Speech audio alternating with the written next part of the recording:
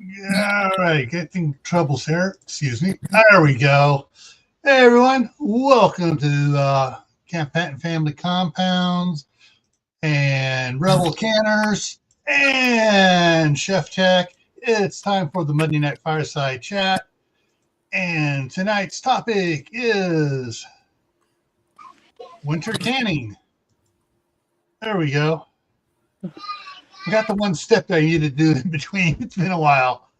StreamYard is a mess right now. I'm looking at on StreamYard, I see the left side, I see a landscape or whatever up and down, and on the right side, I see horizontal and Tammy sharing too. I'm like, oh my God, what is going on? What a mess.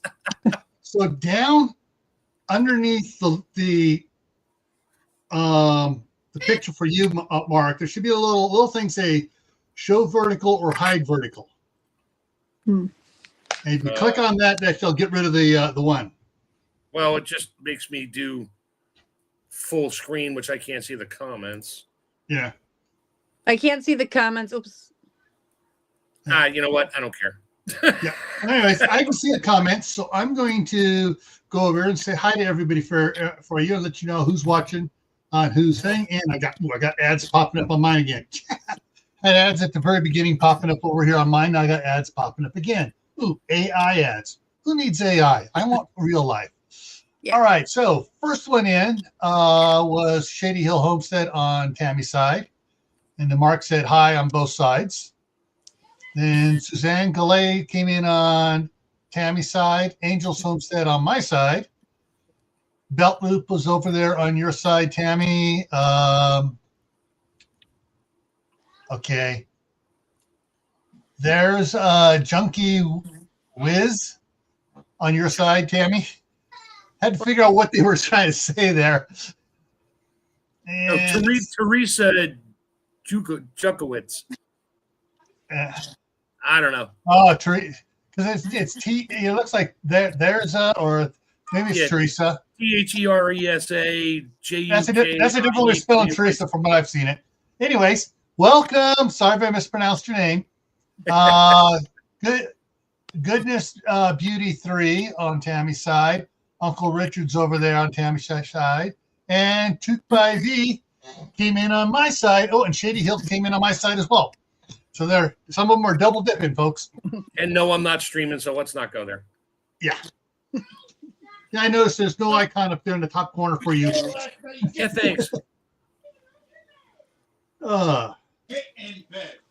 And so why some of the on Tammy's side, one where I'm running and stuff, I pay for StreamYard, so I get all the extra bells and whistles, so I can see everything a lot better, and I can share the screen, share. So like I share it so Tammy can stream it. I shared it so Mark, if he wanted to, he could stream it to his channel as well. And yeah, there's a lot of stuff on here now. Well, and I'm sorry, I decided to try to do the landscape. It gave me the option of both landscape and vertical. So yeah.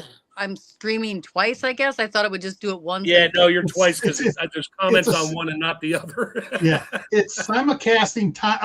It's simulcasting with both of them. But as the main host, I see everybody's from mine, yours, everything else. But I can tell Uncle Richard's has a little icon for doing the vertical. Yeah, he clicked on the first one, so he's on his phone. Maybe he might be on his computer. Teresa Jawicki is on that, and Mark, this shows you on Tammy's side on that small one, and Suzanne Gallet on the small one. I moved. I'm on the other one, unless it's on my phone. The other one, and yeah, Shady Hill Homestead on it. Yeah. So when you guys see the announcement, the things come up, and the two of them pop up, 30 minutes. Look for the little icon on the notification. It looks like just a little phone in blue off to the right side, and I'll tell you which one. That means you're going to get the screen, and if you click on the one without it, you get the full screen for future reference. Fair enough. So I just figured since it was offered, I'd try it and see what people like. Yeah, that happened on Jaren's the other day. He had two streams going at once, and nobody could figure it out. Now we know. Yeah, so that's what's going on. If you click on the one with and you're not on a phone, yeah, it's going to be very hard. So anyway, so that's what's new with StreamYard here and what's going on with what we're doing. So Tammy, you messaged back to me some of the things you wanted to cover tonight. Yes, I gave you some suggested winter canning ideas on things I can in the winter. Right. One of the things that I'm trying to bring it up here so I can see it. Let me get a second here so I can get back. There we go. Get it over here on this page. Bring up fake book so I can see what you said again. There we go. Yes, I got another monitor over here, folks, and I got another monitor over there, and one right here. Okay, broths, cranberries, oranges, seasonal, meats, butter, all things now on sale. Yeah. Everything on sale. Yeah. Well, the cranberries and butter are two things that are, cranberries you can only get this time of year in North America. Mm-hmm. And they're on sale right now for 99 cents a pack. Grab them. So many things you can with them. I'm experimenting. I just did steamed grape juice. Yeah. And then butter goes on sale. The lowest prices are Thanksgiving to Christmas, and then it doesn't go on sale again until Easter. And those are the lowest prices you will find all year. So if you want to stock up on butter, right now is the time to stock up on butter. And then obviously I can it, but some people like to freeze it. It freezes really well. But right now, you're not going to find a lower price on butter ever. Yeah, so again. Wednesday is when I'm heading to Sam's Club. And that's one of my things because I finally dug to the bottom of the chest freezer in the shop. And I brought the last 2 4-packs into the house. Yep. So now I need to put a bunch more out there into that one for long-term storage. I picked up butter at Lidl for $2.49 a pound, Ooh. which is it's good. Yep. And then when it was on sale, and the next day after Thanksgiving, Black Friday, nope, it's gone. It was before Thanksgiving. They ended it. Yeah. But don't worry, Richard, I still got like 8 pounds for you tucked away in my freezer. All right. Suzanne made a comment about apples will keep weeks, but not all winter. A couple channels that I was following were showing ways to get them to last just about all winter long. You wrap them in not colored, black and white newspaper print individually, turn it with the stem down, Mm-hmm. and you put them in a box so they're not touching. I mean, the paper patties to keep them separated and stuff, and you just fill up a box and keep it in a cool, dark place, and it keeps a lot longer. One guy claims he gets his all the way through to April. It also depends on what kind of apple. I grew up in an apple orchard. I know people like Macintoshes. Macintosh is a very soft, mealy apple. Yeah. So if you want a good long keeper, you're going to want something like a Granny Smith. You're going to want, even the Honeycrisp would keep longer than a Macintosh. You're going to want apples that are firm and come ripe late in the season. All right. You're not going to want to try to keep a yellow transparent because it will just turn to mush in your box. Yeah. All right. Hang on a second here. I'm trying to see how fast I can find it. Tammy's done a couple videos about canning butter. Ghee. Yes. I do ghee. I don't do whole butter. I do ghee. Yeah. Basically, the butter I can winds up being a little bit like ghee. You skim all the protein solids that you bring into a boil, and you skim all the protein solids off of it. So it does wind up being a very highly clarified butter. It's not great for spreading on toast, but it's wonderful for cooking with. Yeah. So fun little note, if you are making more than a couple pounds of melted butter and your heat is up, the last one I did, I think 20 pounds in a pot. Here's the problem. Fat floats on water. All those liquid milk solids are down the bottom, and they're trying to boil, and there's a lot of weight holding them down. And when they finally go, it's an eruption. Yeah. It's a pow, and there is a mess of splattered butter everywhere when it does it. So I'll melt mine down until it starts to separate, but I won't boil it. I just want to melt it down until it starts to settle and clarify a little bit. I will scoop 90% of the the clarified butter off the top after I skim the hard solids off. I'll skim that butter out, put it in another pot because there's still going to be some moisture in there because you didn't really get it hot enough yet. The rest of it, I'll let it cook down until that all those liquids start to turn into a solid, and it only pops and sputters a little bit, and then I'll mix it back together. That gives the brie a little bit of a toasty flavor. Not much. You don't want to burn it. And But I don't that's what I do like. mine quite to that point. Yeah, I don't make it brown. I just make it so it's as separated as possible, and then I'll make sure I reheat that to get it nice and hot. And I'll pour it hot in jars, and at whatever temperature it is, usually like 300 or 250 degrees, as long as my jars don't shatter. I'll pour it right into jars and cover them up. I'm done. I think I threw them in a canner once just to make sure. And I don't remember what it was. I think I did it for like 20 minutes or a half hour. I couldn't find any times on it. I just kind of made it up. I got butter on the shelf for the last 3 years. Okay, guys. So some more stuff. So for those interested, so this is Tammy's channel. If you go over here to where it says playlist, and you scroll down, there is the playlist called Milk, Butter, and Dairy. There are 22 videos in there. And that playlist is what you view the full playlist, and canning milk.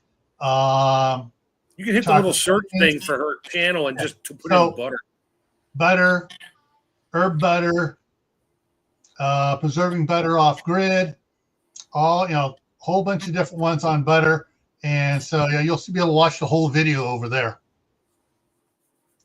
But she also asks.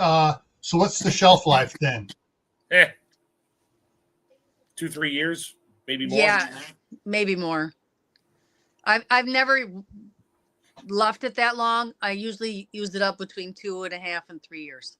So I can't say beyond 3 years because I try to keep a 2 year supply and rotate really well. So I'll use that and I'll can new. Yeah. One other thing that jumped into mind for tonight's topic, winter canning. If you have an outdoor area you've been canning during the summer and early fall, don't can out there during the winter time. No, your jars will go crackly, crackly, crunch. Yeah. When you do that and you need to buy new canning jars, though, please use my code RebelCanners20 on the Superb website. Yeah, Superb, yeah. And then don't use those outside. So yes. Just a thought. Yeah. But if you are shopping this weekend, there is a 25% off code. Just make sure you go through my link and then use their 25% off code for Cyber Monday, Cyber Holiday. Yeah.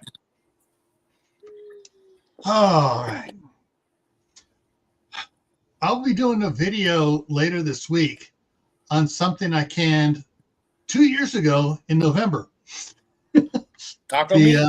You call it the cowboy beans. Cowboy beans. Yeah. So it's been. I just checked one of the jars. Oh, this was wow. I just been 2 years in November. Okay, so I may pop that one open just to do a test of it. Do it live so we can see. Yes.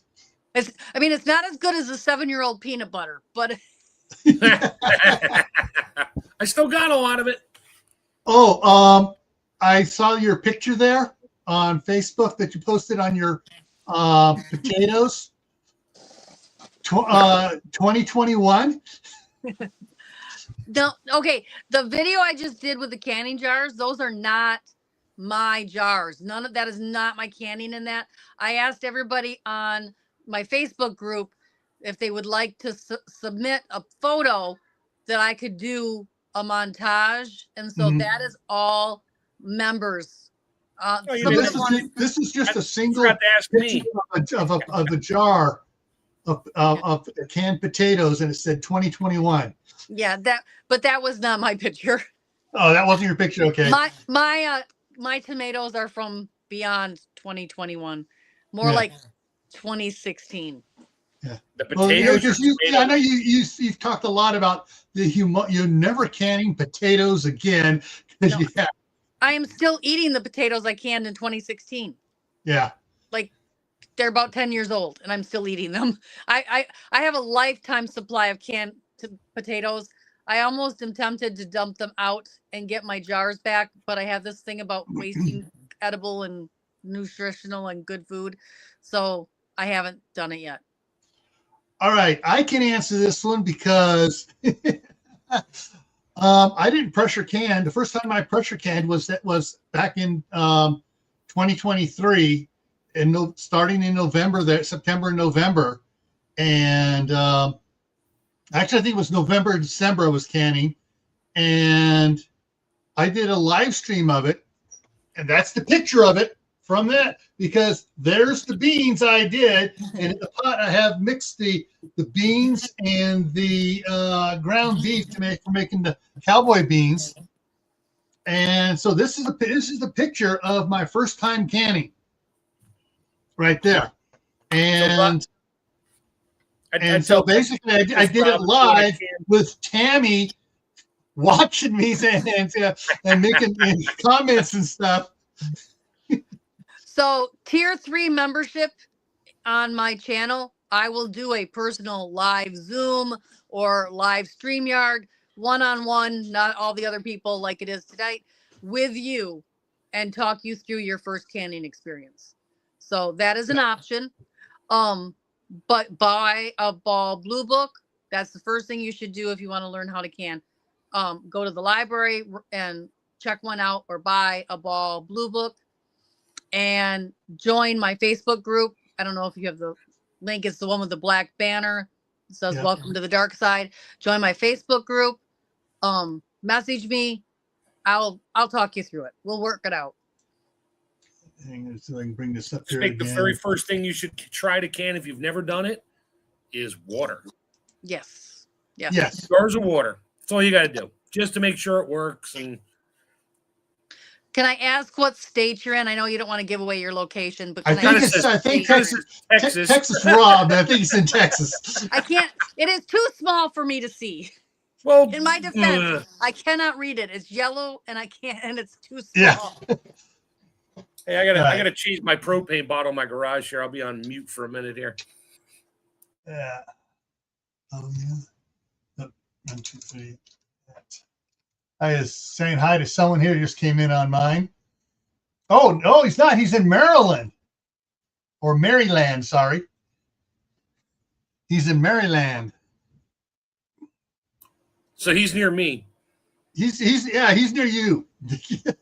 So are you in? Let's just try to be generic about here. Are you close to the Atlantic, close to the middle of the state, or way out there on the Ohio border? Because if you're somewhere in the middle, get in touch with Tammy. She'll help us get together, because I'm literally, well, I'm not going to say exactly where, but I'm in the middle. Okay. Sorry, right. I got a phone call and it booted me right off the live stream. Oh, jeez. Yeah, well, that's center. He says center of Maryland. Oh, well, it's probably right near me. All right. Angels has a. How do you feel about electric pressure canners? I love them. I have one. It is the Power Pressure XL. It only does 4 pints, but sometimes that's all I need. Yeah. So I really like it. I haven't tried any of the other models. If they want to send me one, I'll try them. But I did really like the Power Pressure XL. Yeah. Yeah. I can't remember. Trying to remember what is. That's a little far out for me there, Texas. I know exactly what you're saying there. Yeah. The one that's a pressure canner, pressure cooker, steamer. It's electric. It's something or other pot. The Instapot. Instapot, yes. That's not a real electric pressure canner. Yeah. My wife has does jams in that, because she doesn't fire up. Doesn't want to fire up the outdoor grill, and the chef camp chef to put it on to do it.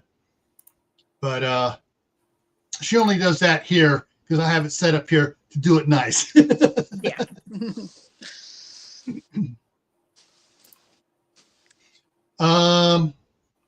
Let me see if I. I got it. I was going to bring up the actual link Yeah, I got it. for it. Okay, you're going to put it in No, there. it's too big. The Facebook link is massive. I don't think the whole thing is going to go. Hang on here. And survey says no. You're going to have to paste all that garbage together. Yeah. I don't know why they don't give us like names or something once we get so big that they can just go to I'll just go Hang to on a minute, because I've gotten other ones. I've gotten Here, it just was a go- lot shorter because I put it in here before. look, wait. Yes, look, I found it. It's really short. It's really short. Here it is, coming in here. So you want to go ahead and put he's on my side. Yeah, he's on mine. So that should show. Does that show up on mine? Yeah, it showed up on mine. So Texas Rob, you can see the one in there. That nice little short one that'll take you to her Rebel Canners group. Oh, there you go. Yeah. There's a way I figured out how to do it where I instead of having instead of having 3 tablets from Moses, I have a little postcard. To join it, you have to answer a bunch of questions, and then you have to wait for a moderator to let you in. Yeah.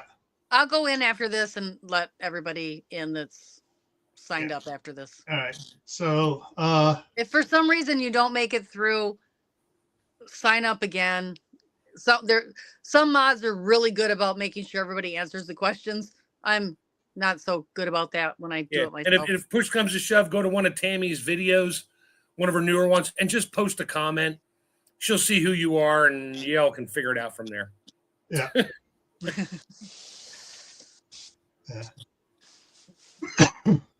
All right. What interesting thing here, and this is where I'm like Texas Rob, kind of scared on it. Let me hang on here. Don't show that picture. You show that picture, Tammy's going to shut down and never talk to you again. No, not that picture.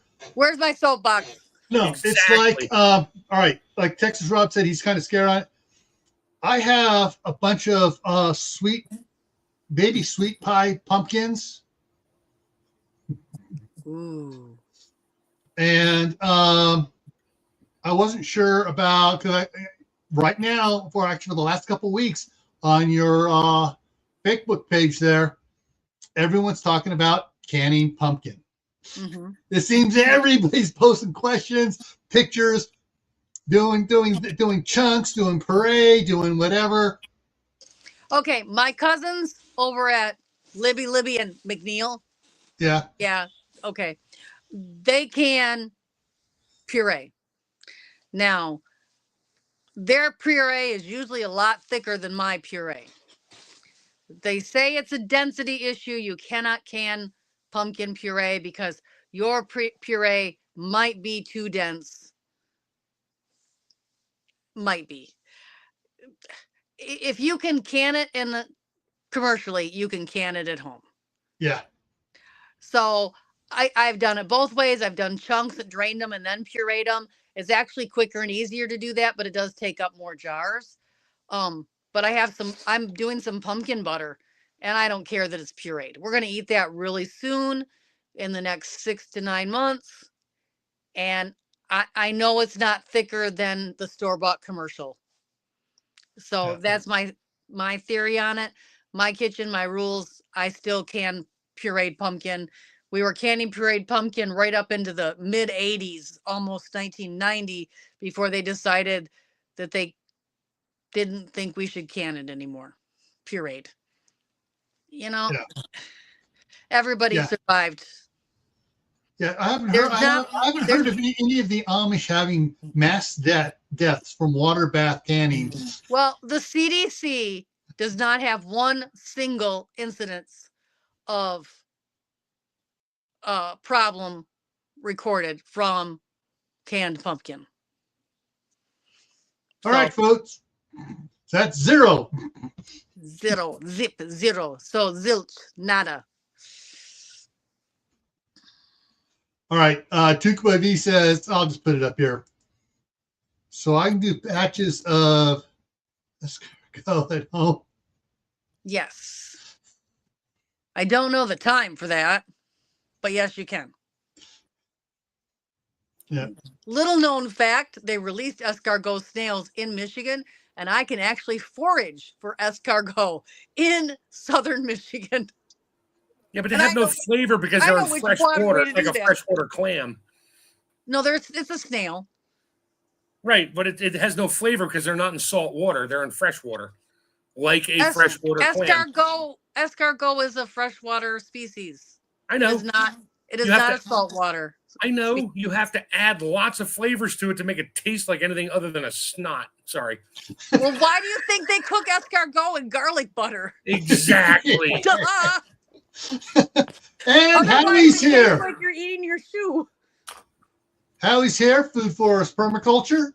By the way, escargot is one of my favorite foods, but that is because in 1985 I went to France and ate it in France and decided that I absolutely loved it. It tasted better in France, but I do love Of it. course it did. They use lots of butter over there. They had better butter and they had a lot better garlic. And the All right.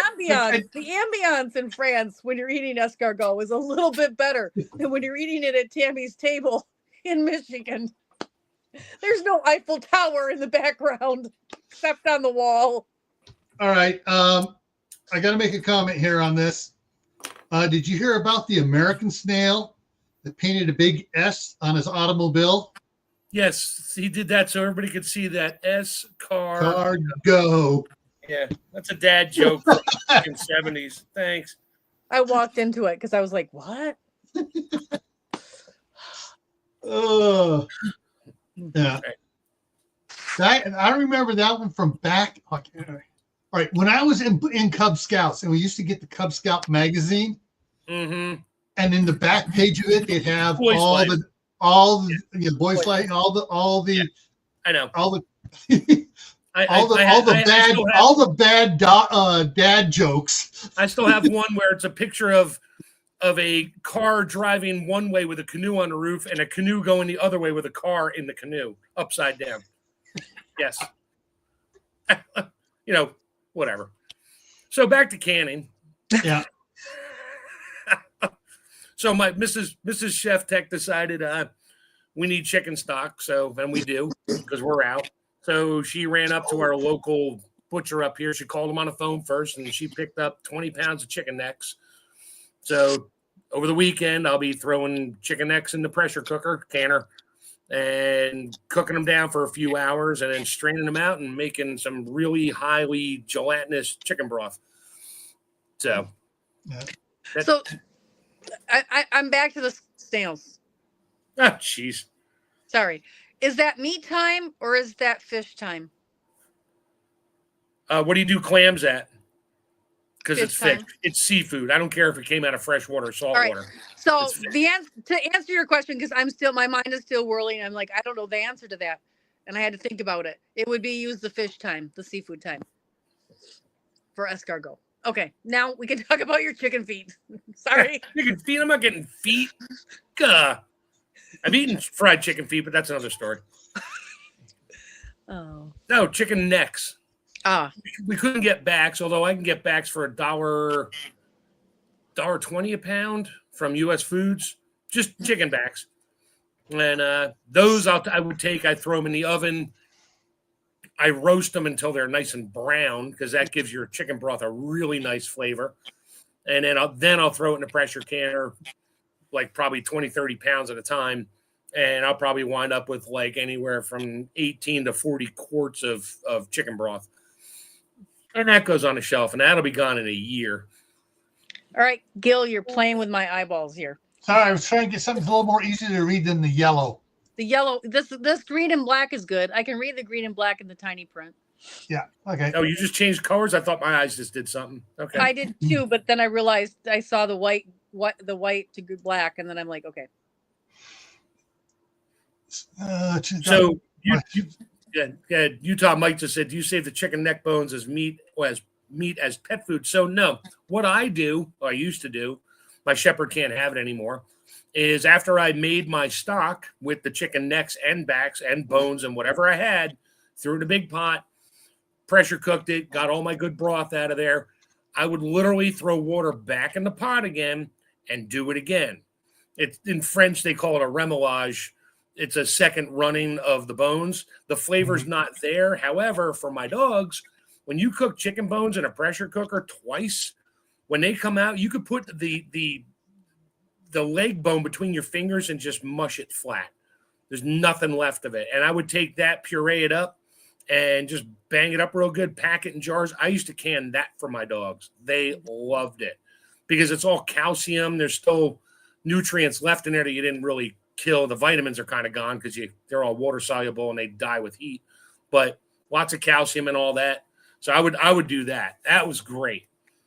All right. Yep. I gotta say something though. They didn't die with the heat. They just went out with the broth into the broth. Well, true. Yeah. Yeah. Because like the other day, somebody said that like canning destroys the nutrients. And I had to clarify. Canning does not destroy the nutrients. Canning breaks the nutrients down into their building blocks. And our body is this miraculous thing. It's a nuclear generator. And it can put those atoms back together and make it whatever it needs. So, Texas Rob brought up the B word. All yours, Tammy. I'm going to go on mute here. Where's that soapbox? I can answer it really quick. Follow the time exactly as stated in published literature. Yes. So no shortcuts. So the number one thing that you can do to avoid it is to have a very clean kitchen. So botulism is a soil-borne organism. So wipe down your cabinets, your work surface, your cutting boards, everything before you start. Sanitize. Yes. With the bleach, I use a mild bleach detergent, like 1 cap of bleach in a gallon of water. And I use that to wipe down all of my surfaces before I start any projects. And then just make sure that whatever you're canning is very, very clean. And then, as Gil said, use the right time for your ingredients and the right method. So if it's something that is low in acid, you're going to want to pressure can it. If it's something high acid, you can water bath it. And the things that you really most need to be concerned about is canning fermented fish. The number one cause of botulism in the United States since the CDC has started recording all cases. The number one cause of botulism is canning fish that's already been fermented. So if you want to can your lutefisk, you are probably, gonna risking rolling something. The dice. Yes. If you have fermented your whale blubber and now you want to can it, you are putting yourself at a higher risk than if you didn't. If you do decide to water bath low acid food, the 3 one hours. Thing besides the 3 hours is when you have to cook it when you open the jar. So you have to cook it for at least 5 minutes longer if you're at a higher altitude after you open the jar. Yeah. There are 3 forms of botulism, and they are used interchangeably, but they are not the same. First, there is the organism. The organism is really basically harmless in and of itself. It produces a spore under pressure. So if you put it into a high pressure environment and no oxygen, it will produce a spore. The spore is what produces the toxin. The toxin is the thing that will poison you. So the toxin can be neutralized by boiling for longer than 5 minutes. So you read the little jars of your prepackaged food at the grocery store. It always says cook before eating or cook before serving. For the same reason, you have to do it at home. It is to help prevent food-borne illnesses that are still in the jar after canning. And how he's going here to the bones and stuff, roasted part of the roasted in the yeah. And then he followed up with gravy for the roast. Ooh, yummy. I love parsnips. Parsnips are my favorite vegetable, and he said he has that in the oven in his roast. Oh, yummy. And 2x agreeing with you, Mark, about pressure cooks chicken bones and scraps until they're soft. Mhm. And we got here whale blubber, yum. Hey, I'm very popular in Alaska. Come on, we Yeah. all know we all know how he People has in Alaska whale can't blubber in his. We all know how he has fermented whale blubber in his cave on the island. You know, tell Mike he just purchases it commercially processed. Howie just waves at the whales when they go by his island. I live in the Great Lakes and I have no access to any of that. Nor am I Native American, so I have no access to any of that. All right. But if I go to Alaska, I'm going to find a friend who is Native American and has access to whale blubber, fermented or not. Yeah. I just had a thought here. The Great Lakes, according to certain people from Britain, the Great Lakes, according to certain people from Britain, those aren't lakes, those are inland seas. Yes. Question: has anybody heard of some sort of whale species that can live in fresh water? Because I know in California, up the Delta, the whales have gone all the way up to Sacramento. That's 110 miles from the ocean, up fresh water. But it's not entirely fresh. It's actually bracken because it has tides. It's only bracken up until the Antioch Bridge, okay, which is still really close to. Okay. Yeah, but once they're past the Antioch Bridge, that's fresh water all the way up to Sacramento. There's at least a good 70 miles. Yeah, a definition of an inland sea is it has to have salt water.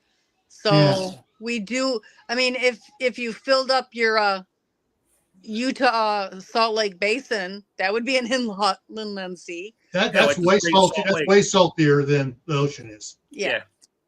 But there do not have any whale bones ever found in the Great Lakes. So I don't think whales have ever made it there. Far. Don't you have a Great Lakes Loch Ness monster up there? I know there's stories. Nope. But they don't they have sea life that comes up in the St. Lawrence Seaway? And could come very close to coming up. Yeah, well, they have a lot of sea life that hitches a ride on the tankers that go in, along with other kinds of nasty life forms that they dump when they get there after they're in the ocean for a stupid amount of time. Yeah. I was just kind of wondering if they could survive in fresh water. What would happen if somebody were to, and if it was an endangered species that could survive in fresh water, what would happen if they were transported into the Great Lakes where nobody would be hunting them? You mean like what, the Delta smelt? No, I'm talking about whales. Yeah. I don't know, but if you could make me some freshwater dolphins up here, that'd be great. I think there in lies a buoyancy issue between saltwater and freshwater with whales. Could be, yeah. Oh, you might have a slight issue there. Yeah. I know, science. Sorry. The science guy speaks again. Yeah. All right, just thinking here, but back to winter canning. Yes. Definitely stocks, soups and stocks. I do mostly stocks. Meat. A lot of meat goes on sale. Meat. Yeah, I've seen from the garden. I'm thinking from the garden. There's a lot of the winter squashes that are being harvested now. Yes. Yeah, butternut. I made butternut for Thanksgiving, and yeah, so butternut. Pumpkin. Let me throw heavy cream in it and thin it out and turn it into butternut soup. She hates cream soups. All right, according to Tooth by V, there are freshwater dolphins.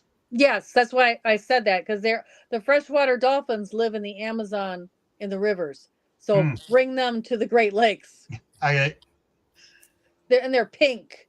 That's pretty cool too. Yes, stews, canning stews, all sorts of stews, chicken stew, turkey stew, beef stew, pork stew. Vegetable stew with just like Yeah. again, So the butternut Tammy, squash. what do you pre-thicken your stews with before you can them, or do you thicken them afterwards? Instant mashed potatoes. Okay. Afterwards. No, Mm. during. Before. Okay. I can't. In order to make them thick, I put in a couple teaspoons of instant mashed potatoes in each Yeah. quart.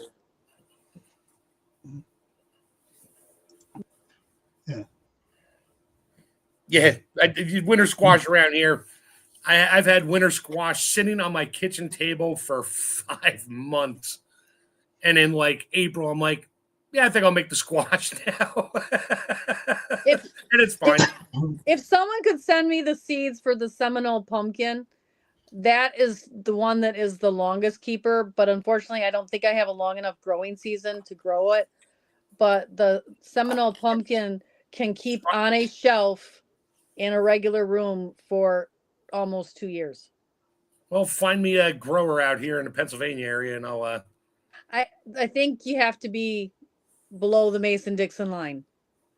Okay. Well, I You gotta have enough- can throw a rock at the Mason-Dixon line right now. So, All right, well, maybe you could then. like literally.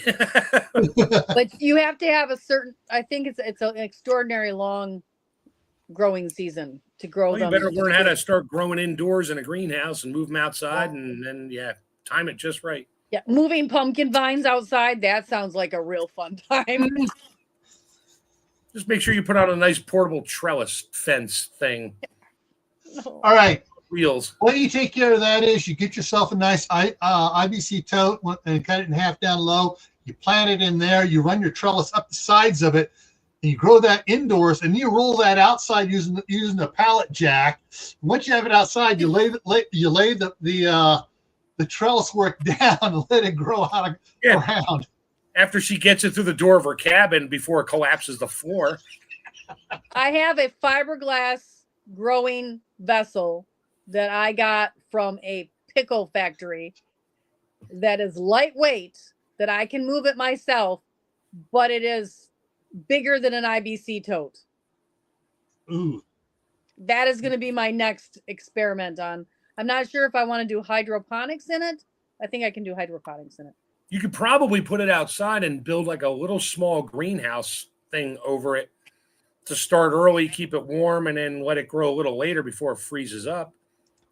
Well, it's outside collecting water right now. It is my rainwater collection device. I won't drink it out of a fiberglass. So in the summertime, it's a malaria pit with mosquitoes. Gotcha. I haven't had it that long. I just got it. It was free by the side of the road. My favorite price. What she's gonna do is she's gonna go to the county vector control and get some of the little mosquito fish and put in there. So the mosquito fish will be going around. If it's hydroponics, I'll have the fish in there. Yeah. It's big enough I could grow tilapia in there. Okay. I think it's probably 150 to 200 gallons. Yeah. Like when I sit in it, you can't see me. Oh, okay. Yeah. Me. All right. So you tell Mike, he thickens any tomato product with tomato powder that he makes. Yes.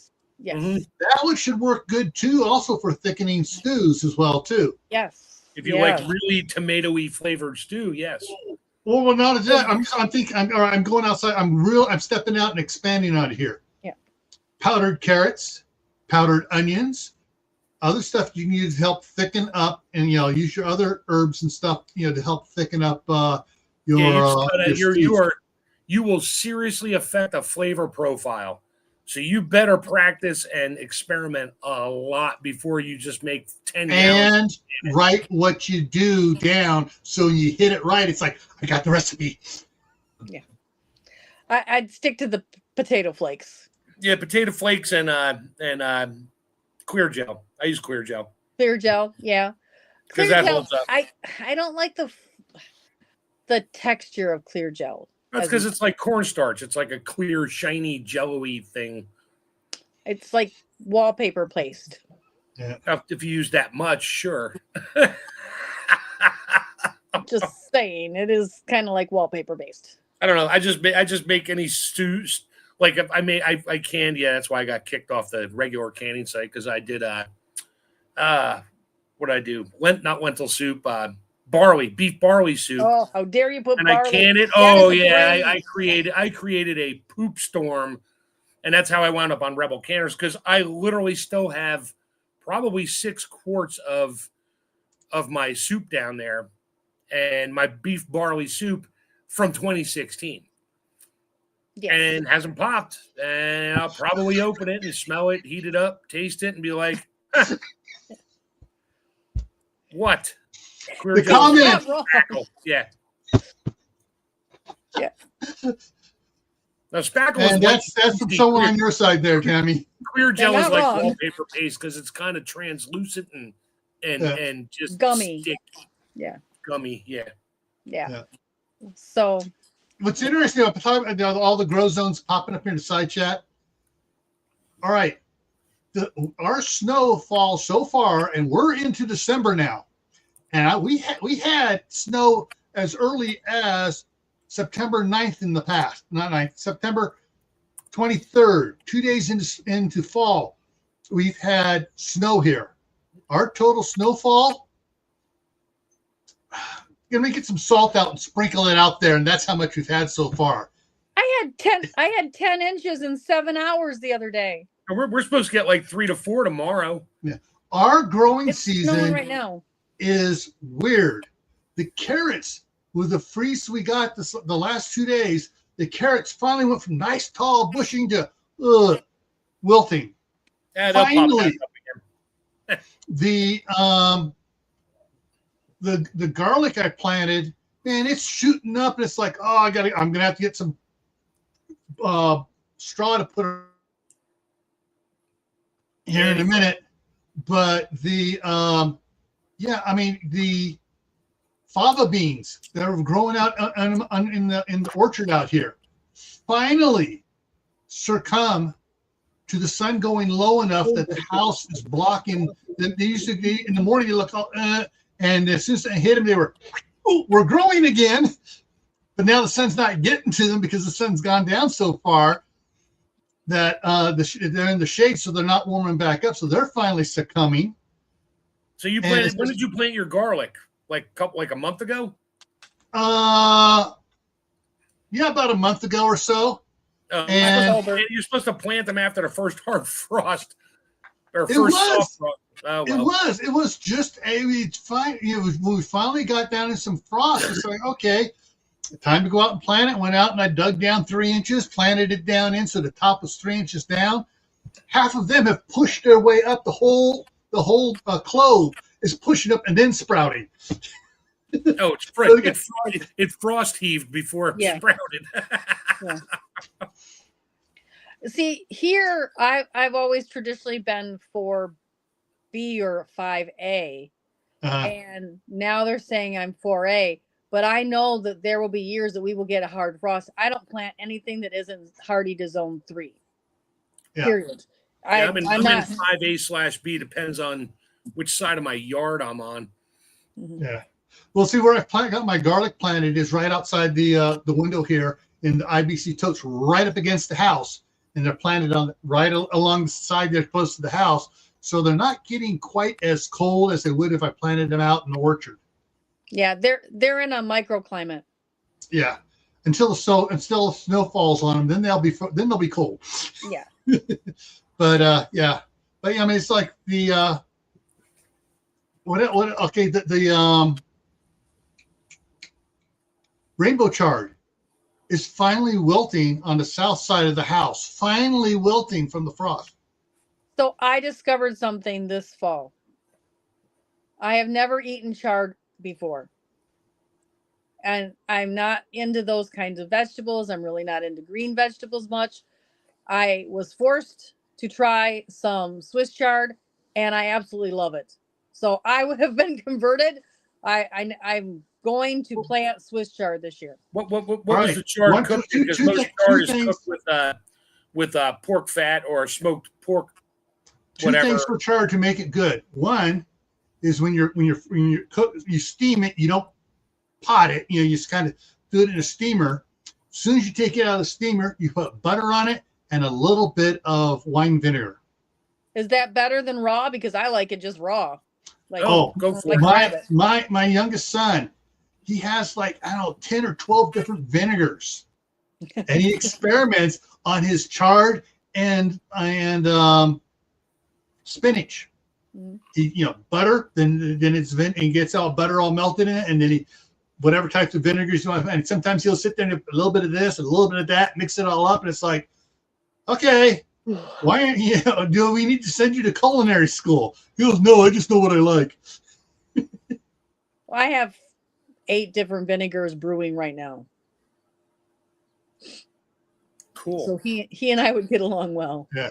Someone call the Ozone Annies and tell them to look outside. Yes. And Here comes you winter. tell Mike has a lot of dehydrated Swiss chard powder. Yeah. I have freeze-dried lemon balm. Ooh. Ooh. I haven't crumbled it. It's just whole leaves. So I'm going to use it for tea. I need some. My lip is splitting right there. What happened to the stuff I gave you? Did it die?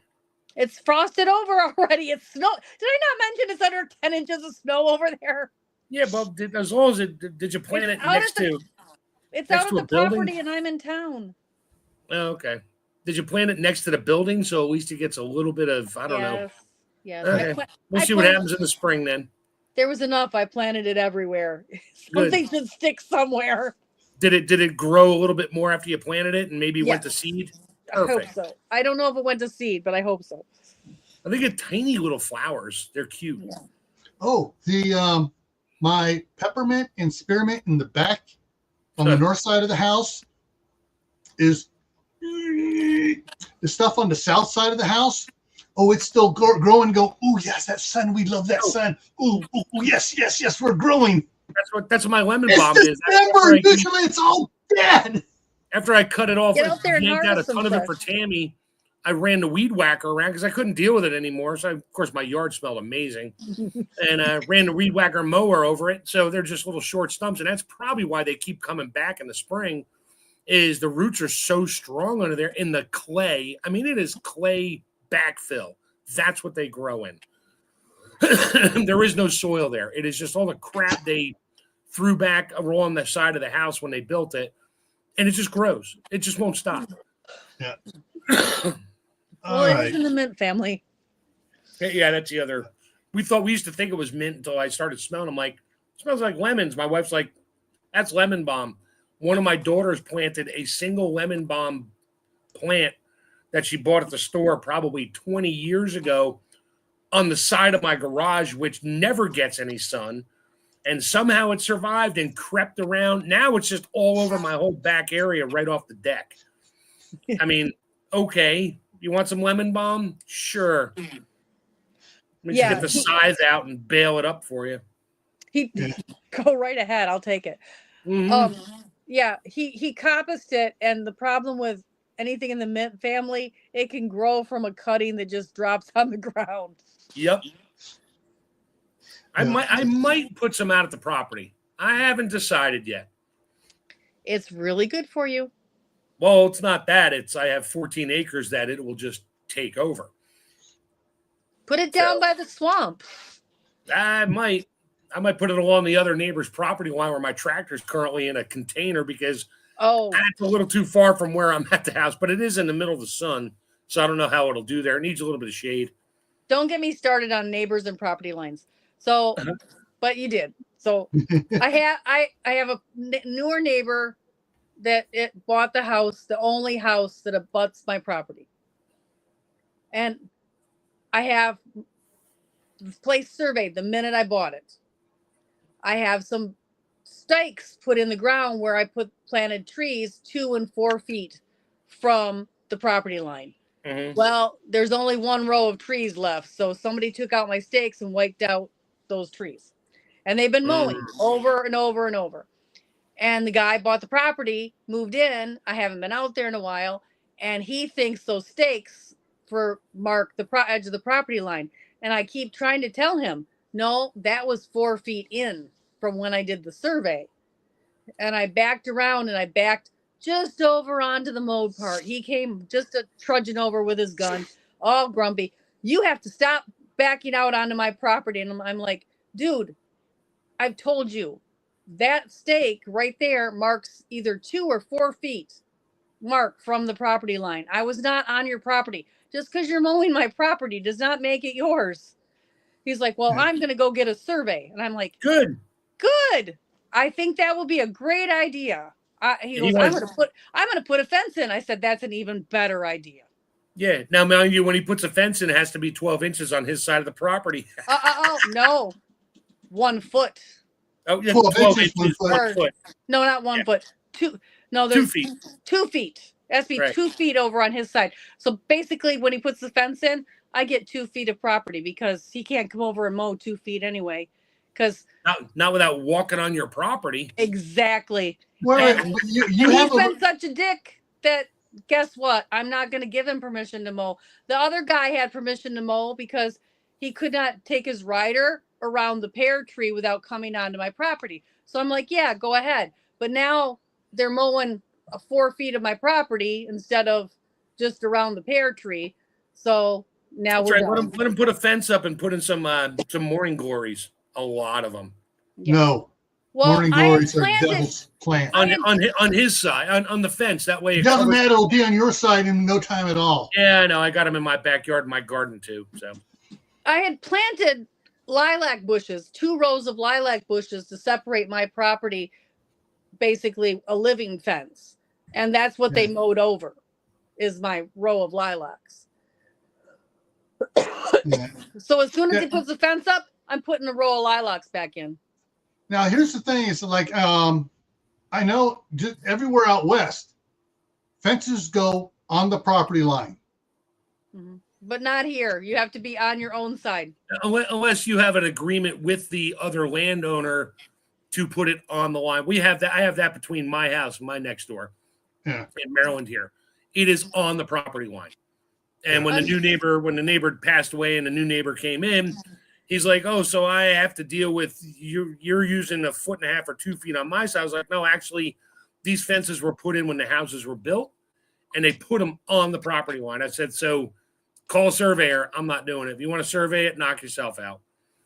Yeah, he's going to be very upset when he does the survey and finds out he loses 4 to 5 foot of what he thinks is. Yeah, well, actually, he owns the. Maybe it is on his side because he owns the fence because it's a split rail. It's falling apart.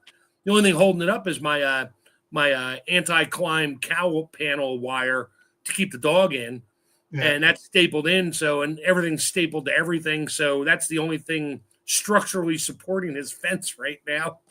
Yeah. Whatever. All right. Any other last things about winter canning? Any other last thoughts on winter canning? Canning season is year round. That's Yes. my thought. Canning season is year round. I like to do winter canning because I don't mind when the house gets a little extra warm from the stove. Exactly. So we do. I do. Like we're due to make our. My wife has a Puerto Somebody Rican. else mentioned that did a lot of canning in the wintertime in the chat. We're due this year. We're gonna do it. We're out of our. She makes a. She grew up in northern New Jersey in the city, and she has recipes for what she calls them Puerto Rican pink beans and Spanish black beans, and we're out of pink beans, and she's mad. And that's a. We spent 3 days refining the process so I can can them, not over soaking the beans, but they needed to be big enough, and it was just a lot of work. She's got it all written down, and when we do it, I'll get like 80 pints of pink beans, all ready to eat. Just throw them in a pot, heat them up, and throw them with the rice and the pork, whatever she's making. We're good. So that's winter. Quick question for everybody: what do you have for Christmas dinner?